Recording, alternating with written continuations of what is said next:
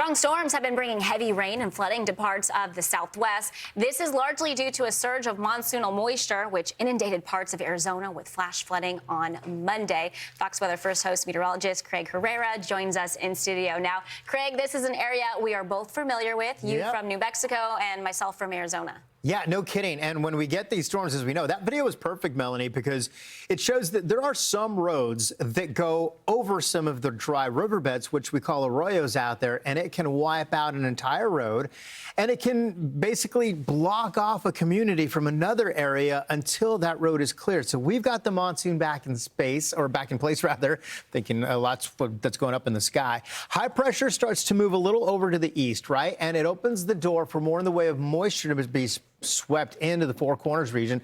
And a lot of that continues to move up, not only from the Gulf, off of Baja California, Mexico, but off of the Pacific as well. And having said that, this next round, as we go through today and into tomorrow, has a better chance of making it all the way up into Colorado, areas that have been missing the moisture, no snow, no rain. This is going to be very helpful because this is the month, these few months, where we get most of the rain during the summertime.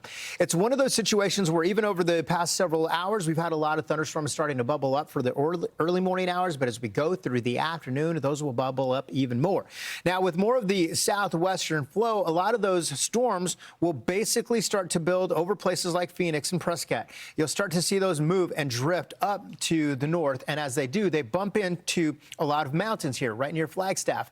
So this will help to give more in the way of orographic lift, squeeze out more in the way of moisture right over the higher elevations, and some of it will make it over to the other side as well. So we've got a flood threat here as we go through the rest of the day. This is actually why I got into weather as a kid. I would always wonder, why in the world does that cloud have just a flat base and then starts to bubble up? And that one of the first terms I learned was LCL, right? The lifting condensation level. They get to the point where the atmosphere is so saturated, the clouds just bubble up. You see that every day about 2, 3 o'clock in the afternoon. Eventually, you got so much going on there that it just unleashes all of the rain, all of the wind, and you get some very strong, gusty winds out of these storms. Now, having said that, some of it has moved into Southern California as well. The flash flood threat today does include Arizona, right into Utah. Now, tomorrow, it's important to know the Front Range of Colorado and some of the, basically the foothills will be in that flash flood threat, rather, right through Friday. That does include Denver. So areas that could use the moisture are going to get it. It's very flat once you get to the Front Range of Colorado. I'd also be watching some of the burn scar areas in and around Pueblo. You've got the Beulah neighborhood that just went through a recent wildfire. It won't take much to cause some mud and debris flows in and around any burn scar areas across the desert Southwest.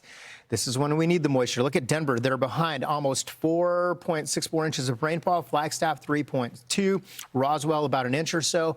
And when you look at the Drought Monitor map, boy, could we use it. We talked about the Front Range. I'll tell you what, Melanie, Jane, they are going to get plenty of rainfall. That does include not only Denver, but Flagstaff as well. So if you're going into the Grand Canyon, a lot of people stay in Flagstaff. Be careful. I might put off a hike down the canyon and get off the mountain by noon, because you could have a thunderstorm in one part of the country or of the state and a whole lot of rain in another part of the state from the flooding. Yeah, and if you're not familiar with that terrain, you don't know how quickly that water can fill up, especially in those lower areas. And I love that you shared how you got your love for weather. Like I did too from the monsoon. I love those storms. We love that, right? The afternoon, poof, bam, just like that. Craig, thank you so much. Good to see you.